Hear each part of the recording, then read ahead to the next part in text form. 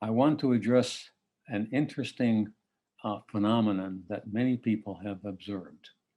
And that phenomenon is the accelerated evolution, and one would even say uh, degradation of Western civilization since the end of World War II. There is an hypothesis that a certain number of Talmudic Jews,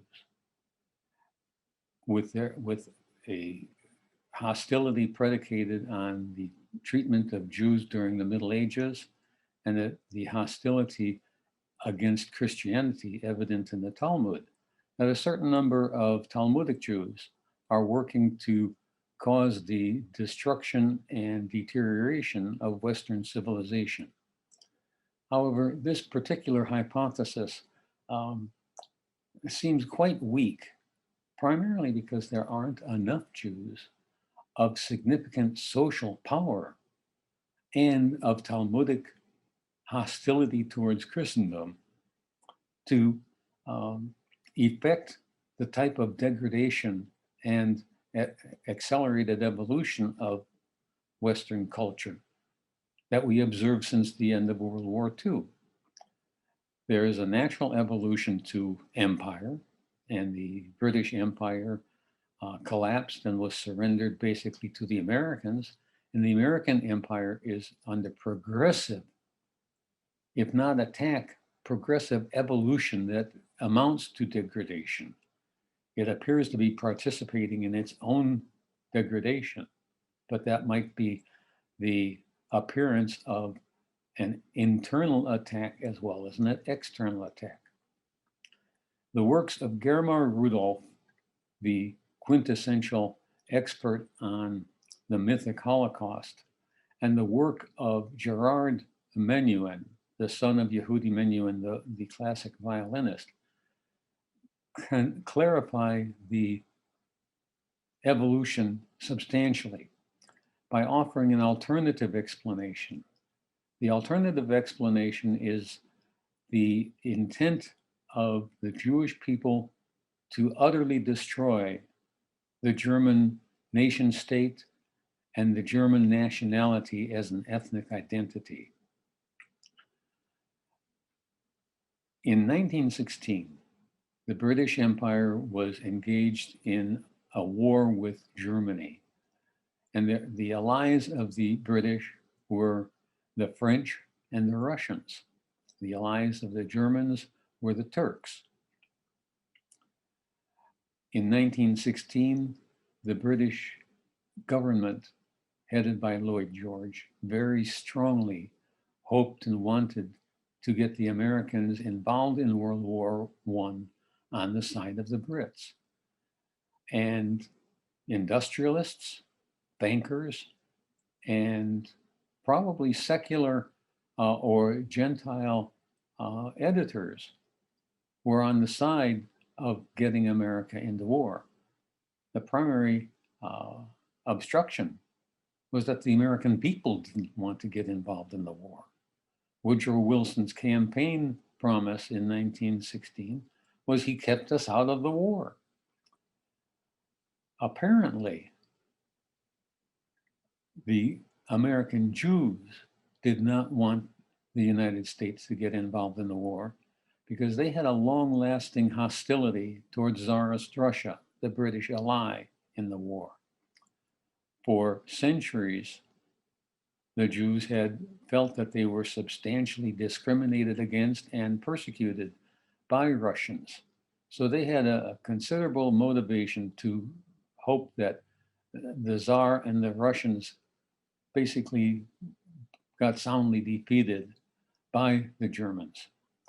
However, Lloyd George learned that the Jews wanted to establish a homeland for themselves in Palestine.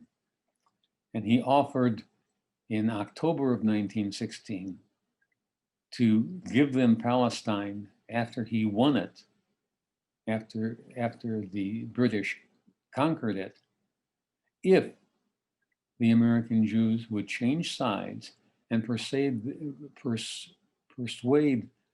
their American fellow citizens to enter the war on the side of the British. This was going to be a change of loyalty for the Jews, but apparently the American Jewish influence was such that Lloyd George felt that if he got the American Jews on his side, the rest of the Americans would come over as well. This was sufficient to lead the Jewish American editors to change their editorial point of view.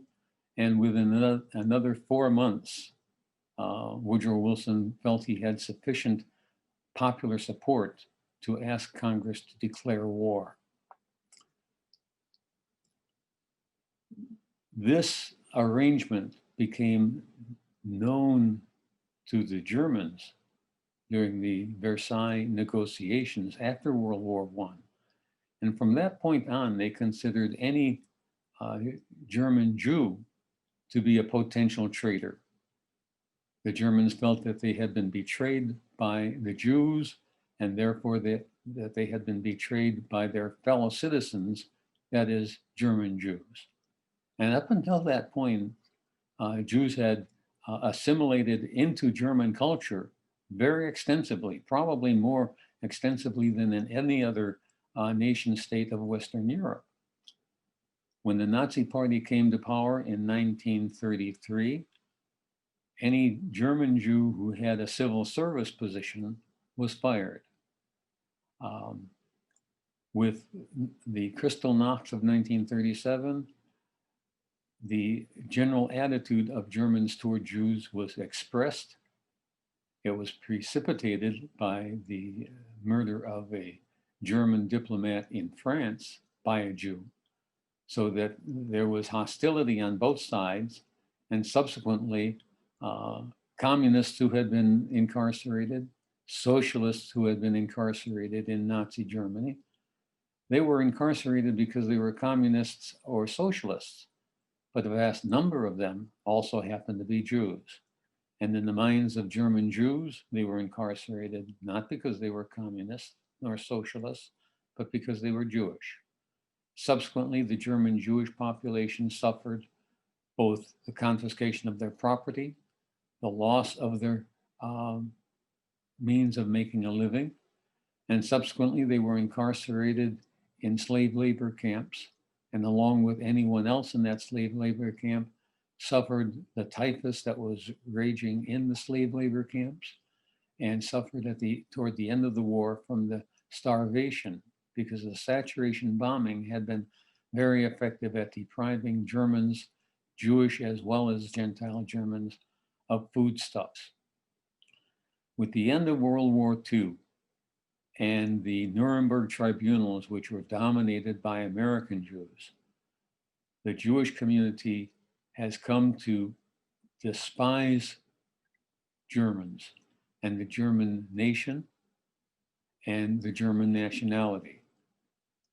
Henry Morgenthau, the Secretary of the Treasury, proposed the plowing of all industrial Germany back into the ground and returning it to an agrarian culture in an attempt to destroy the German nation.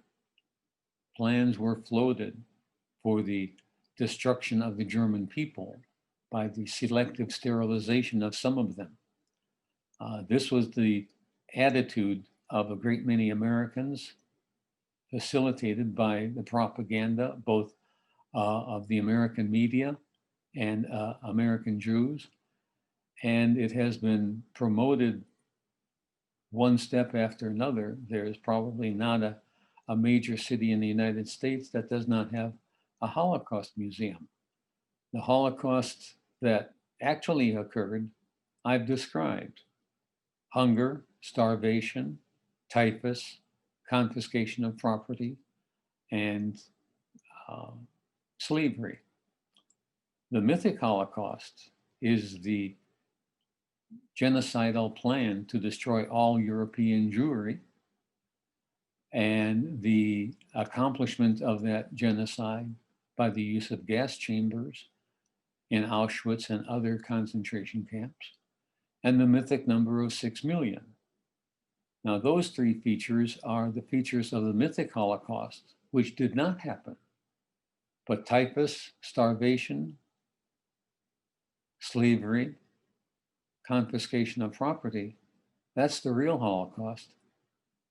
But the Western world still believes in the mythic Holocaust and is participating in the attempt to both control and in many cases destroy Western nationhood and the German people as a whole. So we're talking about the German nation to be destroyed and the German people to be eliminated, if not physically, at least intellectually and morally. If they can turn the German people into a mongrel people with no sense of German identification, they have in effect destroyed the German people. This motivation makes a great deal more sense and is observed with considerable regularity in terms of what is being done to the German people, the requirement that they absorb vast numbers of North African immigrants, the intention of diluting a sense of German nationhood to the point of destroying their identity as a German people. It makes a great deal more sense. However, in the program of destroying the German people, great damage is being done to the Swedish people, the British people, the Italian people, and the French people.